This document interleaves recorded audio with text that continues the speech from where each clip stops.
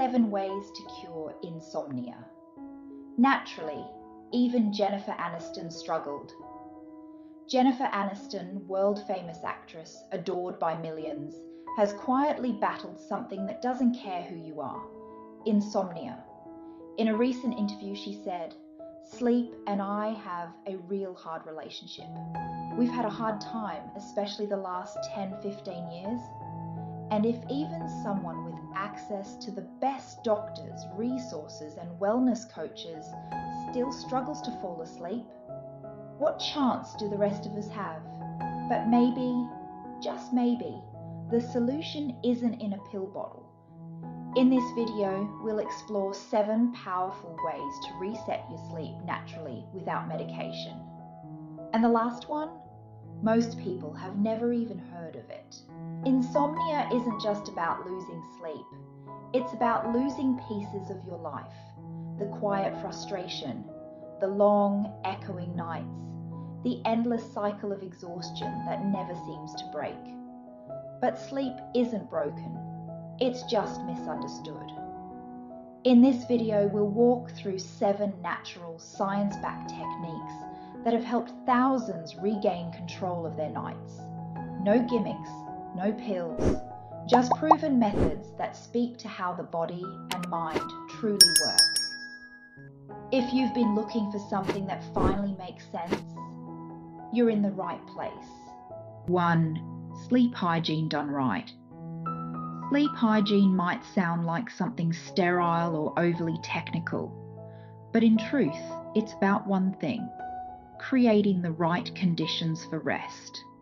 And many people, especially those struggling with insomnia, unknowingly sabotage their sleep before they even lie down. It starts with consistency. Your body runs on rhythm.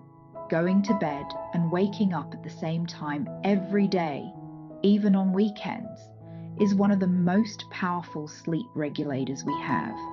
Skipping it tells your internal clock to stay confused. Then comes the wind down ritual. And no, scrolling through your phone in bed doesn't count. Instead, give your brain cues that sleep is coming. Dim the lights, stretch, sip something warm and non-caffeinated. Listen to music that slows your breath. You're not trying to sleep, you're preparing to. Your bedroom should feel like a retreat, not a workstation or movie theatre. Cool, dark, quiet, and free of clutter. Reserve your bed for sleep and intimacy only, not work, not emails, not binge watching. Many adults over 40 develop subtle habits that fight sleep. Having a glass of wine to relax, napping late in the day, or drinking coffee after lunch. These small decisions quietly erode your natural sleep drive. The irony? Most people know these tips. They just don't apply them consistently enough to see the difference. True sleep hygiene isn't about rules, it's about rhythm. And when you respect your body's rhythm, sleep tends to show up more easily. 2. Stimulus control. Reprogramming your brain. Have you ever found yourself lying in bed, wide awake, staring at the ceiling? Again? Over time, your brain begins to associate your bed not with sleep, but with frustration, overthinking, and even anxiety. This is what sleep experts call conditioned wakefulness, and it's one of the most overlooked drivers of chronic insomnia. Stimulus control is about breaking that association and retraining your brain. The first rule: only go to bed when you're truly sleepy, not just tired. Sleepiness is physical, heavy eyelids, slower thoughts. Tiredness is mental, and it's not enough. Second, if you're in bed for 20 minutes and still wide awake, get up. Leave the room. Sit somewhere dim. Breathe. Read a page of something calming. No screens, no stress. Then return to bed only when you feel sleepy again. This may feel frustrating at first, but every time you leave the bed when you can't sleep, you're sending a new message to your brain. This is not a place for stress. This is a place for rest. And over time, your brain listens. Finally, use your bed for two things only: sleep and intimacy. No laptops, no emails, not even reading unless it makes you drowsy. Repetition is key. It may take days or even weeks, but breaking the habit of sleeplessness starts with reprogramming the space where it happens. Sleep isn't just something you do. It's something your environment either welcomes or resists. 3 sleep restriction therapy. At first glance, sleep restriction sounds like the opposite of what someone with insomnia should do.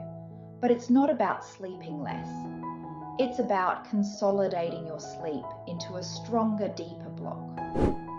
Many people with insomnia spend too much time in bed, hoping to catch sleep.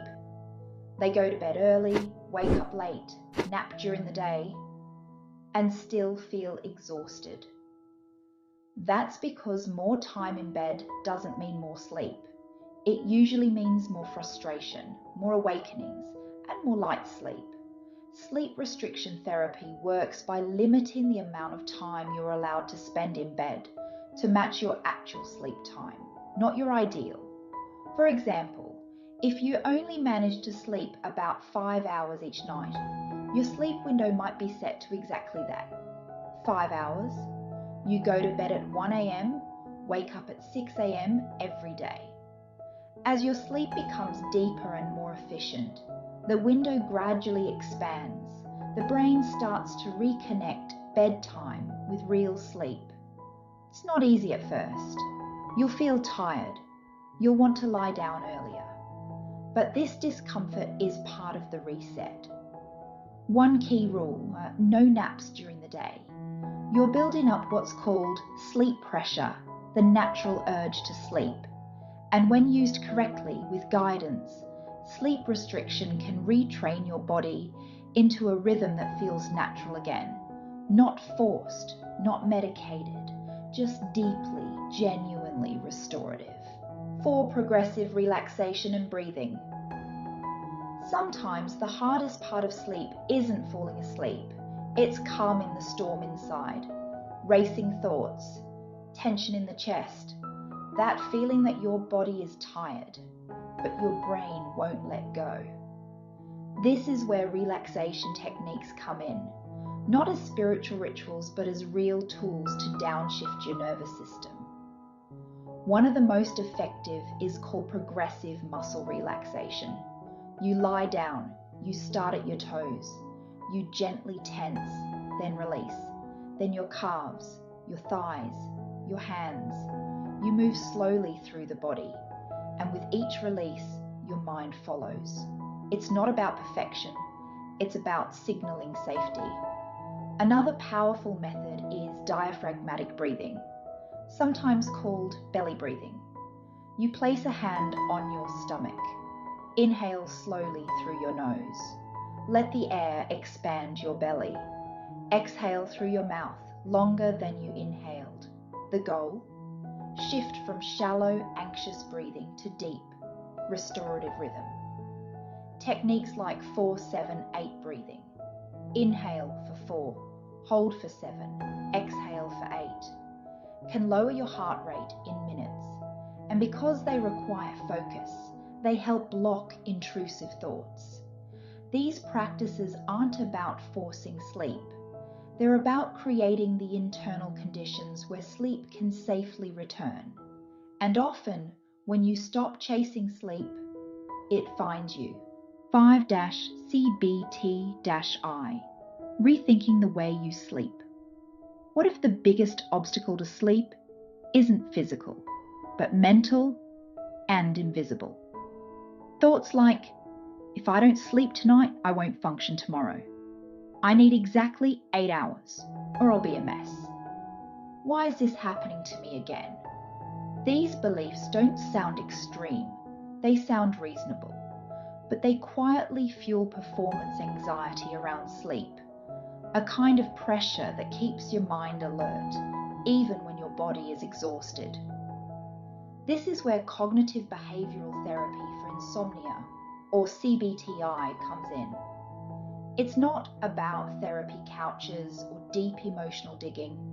It's about identifying thought patterns that trigger stress and gently replacing them with more realistic, helpful ones. For example, instead of "I need 8 hours," we shift to "My body knows how to recover even after a short night." Instead of "I failed again," we say "Tonight wasn't ideal, but I'm learning how to respond differently." These aren't mantras, they're cognitive corrections. CBTI also teaches behaviours that reduce nighttime hyperarousal. Things like reducing clock checking, managing your environment, and breaking the cycle of dread. And studies show it's often more effective than sleeping pills, especially long term, because sleep isn't something you can force, but you can create the mental space for it to return. 6. Circadian rhythm. Reset. Sleeping when your body is ready. Have you ever felt completely awake at night and completely drained during the day? It's not always insomnia. Sometimes it's your circadian rhythm, or your internal sleep clock, falling out of sync. Light is the most powerful signal your brain uses to know when it's time to be alert or to wind down. And in modern life, we flood ourselves with bright screens at night and hide from real daylight in the morning. Over time, this delays the release of melatonin, your body's natural sleep hormone. You feel tired at the wrong times and wired when you should be asleep. The solution isn't just avoiding screens, it's about resetting your rhythm from both ends. Try this. Get at least 15 to 20 minutes of natural sunlight within an hour of waking up. It tells your brain, daytime has started. Then, at night, dim the lights 60 to 90 minutes before bed. Avoid blue light, use warmer tones. Let your body sense that night is here. If needed, a low-dose melatonin supplement, taken 1 to 2 hours before bed, can help shift your clock. But always use it short-term and with care. You're not broken. You're likely just out of alignment with your own biology. And the beauty is, you can guide your rhythm back home, one light cue at a time. 7. Sleep anxiety. The hidden loop that keeps you awake. You wake up at 3 a.m. Again, you lie still, hoping it'll pass. Then your mind whispers, "What if I can't fall back asleep?" That's when the loop begins. Your heart rate rises, you check the clock, you start doing math. If I fall asleep now, I'll get 3 more hours. But now you're awake, not just physically, but emotionally. This is sleep anxiety, and it's more common than most people realize. It's the fear of not sleeping, keeping you from sleeping. A self-fulfilling loop that intensifies the more you fight it. The first step to breaking this cycle is acceptance. Not defeat, but release. Instead of thinking, "I must sleep," try thinking, "It's okay if I'm awake. I'll rest anyway." Rest is still valuable, even without sleep. This shift alone reduces the urgency and often allows sleep to return naturally. Second, try breathing with purpose. 4-7-8 breathing, box breathing, anything that interrupts the panic spiral. And finally, change your relationship with waking up at night. You're not broken, you're not failing. You're a human being in a very stimulated world, learning how to slow down again. That compassion, that's the real medicine. Sleep is a deeply human experience, and so is struggling with it. But when you start shifting the way you treat your evenings, your thoughts, your body, something begins to change. Maybe tonight won't be perfect, but maybe, just maybe, it will be a little easier. If any part of this video resonated with you, if you've been there, awake at 3 a.m, wishing things were different, share your story in the comments. Someone reading might feel a little less alone. And if this felt like a safe place, Subscribe. We're building something gentle here, and you're always welcome back.